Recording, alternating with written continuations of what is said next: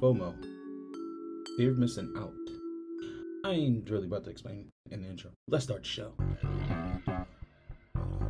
What's poppin', gang? It's your boy Pastor JB here, and I am here with another episode of the ThatsThatOnThatPodcast #TTOT podcast.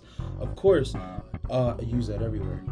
And today I want to just touch on a little bit. This is not gonna be too long. I always say that. I always say that, and then here we go with 45-minute long episodes. I promise it's not gonna be that long. It's just something I wanted to touch on. Something was in my brain, something that I've experienced myself, something that I overcame, slightly overcoming, if you want to be honest. And that's just FOMO. Fear of missing out. I've had, honestly, if we want to keep it 100, honestly, I had FOMO before I knew what FOMO was, and probably all my life, if we want to keep it a buck. And it was more so of I didn't necessarily like being left out of things. I guess I was left out of a few things, or a lot of things in life, whether that's with friends, siblings, or whatever else. However, I just like, I don't know. I was also nosy as fuck, so I wanted to be involved in everything. That's my issue too.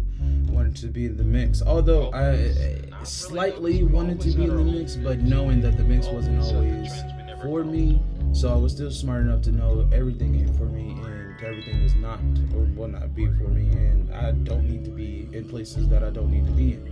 And I was just my God, or my Orishas, and my guardian angels protected me and said, nigga, what are you doing? You don't belong here. You're not supposed to be there. We have something set aside for you for your higher purpose. And I mean, I never really sat and pondered on that until really me becoming an adult of me. Because I've always, whether it's like missing fights, everybody like to see a good rumble, missing major events, or should I say, quote unquote, other major events. Whether it was a party, I partied a lot of times, so I'm not worried about that. But whether it was like just going out, whether it was just hanging out, you know what I'm saying? I necessarily wanted to not always be in the mix, but it's like, what about me, bitch? You know what I mean? Just on a little bit of what about me? What about me? And I really just, I had to, you get left out of a few things, or a lot of things. So many times it's like, oh, okay. Oh, we been honest today. All right, fuck it. And it's like, oh, okay, cool. It is what it is, right? Because most of the times it really do just be what it is. And I don't be pressed about too many things, but it's like, it would have been nice. It would have been nice. Just saying. And I guess you can kind of say I'm still kind of sort of getting to the root of why that was. You know what I mean? I'm an inclusive person, so I always like to make everybody around me at least feel included. Unless I don't fuck with you, because then I won't see you. Then I won't know you. Then who are you? Right. So it's more so of a me thing, I guess you can say. I know it's everybody, not everybody, but a lot of people on this planet struggle with that. I don't struggle with that anymore. God is good. We'll get to that a little bit later. But it was more so, I don't know. Honestly, I can't really too much pinpoint why. I just wanted to be involved. I feel like I expected me, or should I say I have in the past expected me from other people. Then I had to chin check myself. And not only me chin checking myself, life had to chin check me. And say, nigga, what? First of all, had to always remember, one of a kind, just like mine. That's just the way it is, and you just know all about it. 1, 2, I don't even like motherfuckers not being original. You know what I mean? So it's like, don't bite off of me. And then 3, it's just like, I like to be me, or I like having certain unique things about myself, or certain just quirks about me, just to set me aside from any and everybody else, because I am the shit. Number 1, and it never was a point of I never not liked myself. It was never a point where it was like, oh, I'm not comfortable with just being me by myself. Because although I'm a people's person, I'm a socialite. I'm and I can be antisocial as fuck, and I love just being by myself. A lot of times, like I need extreme amounts of me time, because if I don't get it, I won't be a person. We call it recharging your social battery, right? So I'll never be too pressed about anything, right? Because I also had the strong sense of, I know I came in this world alone, and I will go out of this world. I won't say alone, but I will go out of this world in my nice box, by myself. Because don't put nobody else in no fucking casket. And you better not have a double funeral, because I'll beat all y'all ass in the afterlife. But I'm just like, you know what I mean? So I'm comfortable with that. I like myself. A lot of people don't like themselves, and I think that's where a lot of people's FOMO comes from. I'm talking in the sense of you not necessarily being comfortable with yourself, or comfortable enough to necessarily want to be in your own company and actually do your own shit. Therefore, you want to just necessarily miss out on everything that you got going on, and you want to necessarily go elsewhere. You want to go where everybody else is. You want to do what everybody else is doing, but you necessarily don't want to sit by yourself. Back to what I was saying. Mines don't stem from that, though. I think it's more so of I don't know. I was the third child on my mom's side, and 1, 2, 3, 4. I think 5th or 6th child on my dad's side, right? So There's about 56 of I ain't gonna really say middle child syndrome, because I kind of had only child syndrome just a little bit at points. But that was that on that, no podcast, and I don't know. Like I said, I'm still figuring it out. I don't necessarily feel like I have FOMO anymore, because I'm fully okay with not doing anything, or like I said, I'm fully okay with knowing that everything is not for me and I don't need to be everywhere. But I would be capping if I said, hey bitch, the fuck, what about me? What if you say, what about me?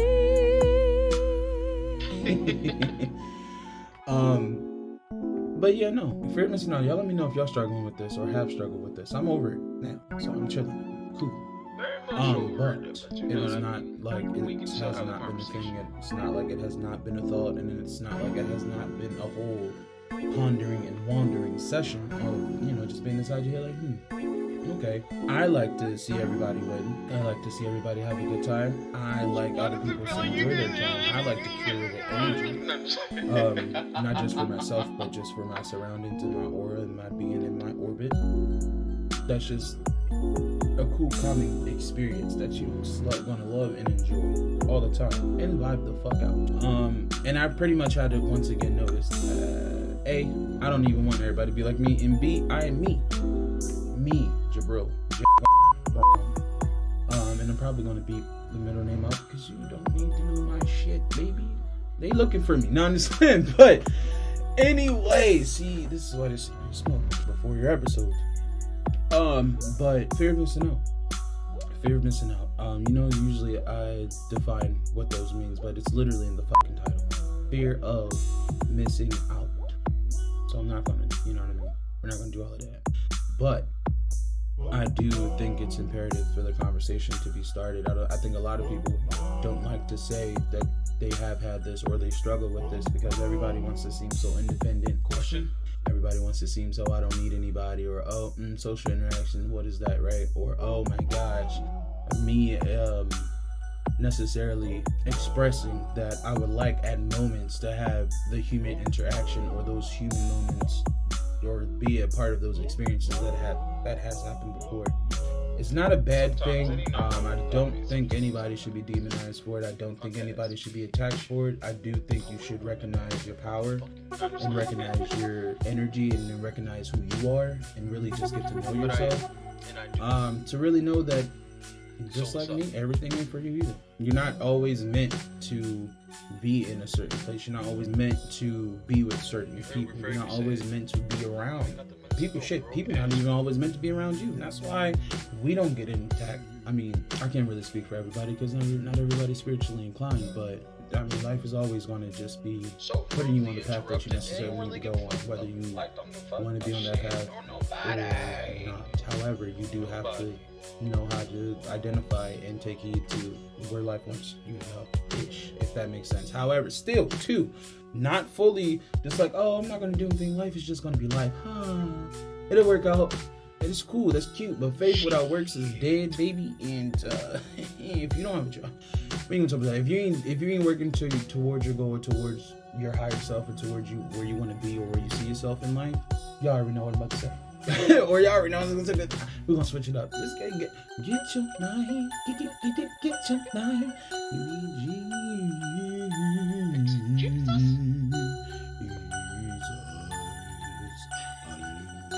Nah, but honestly, because you're not really working on what you do because at this stage, shit, especially not knowing when shit's about to shake.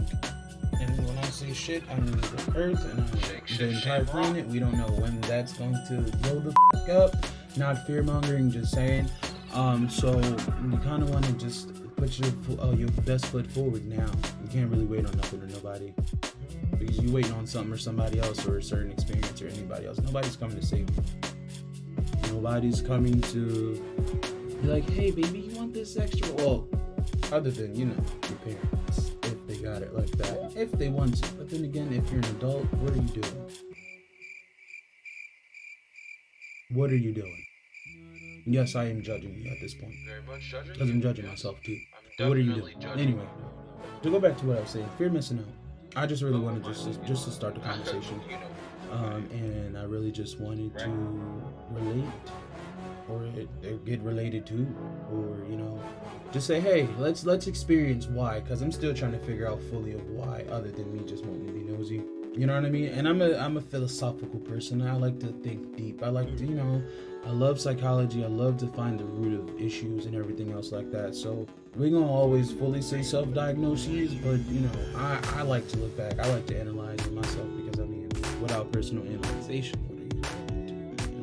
Anyway, this has been another episode of the That's That on That podcast. #TTOT podcast. Use that everywhere. And tell your friend, and tell your friend, and tell her mom, tell her dad, tell her uncle, tell her Nemo. Subscribe to That's That on That podcast on all major streaming platforms. Yes, you in the back. The one that's trying to sit here and act like you don't agree, or you don't know what the fuck I'm talking about, or act like you don't, you don't have that, you don't go through that. You feel like, I don't know what you mean. You know what I mean, and if you don't know what I mean, you need to find out what I mean. This has been a That's That on That podcast production.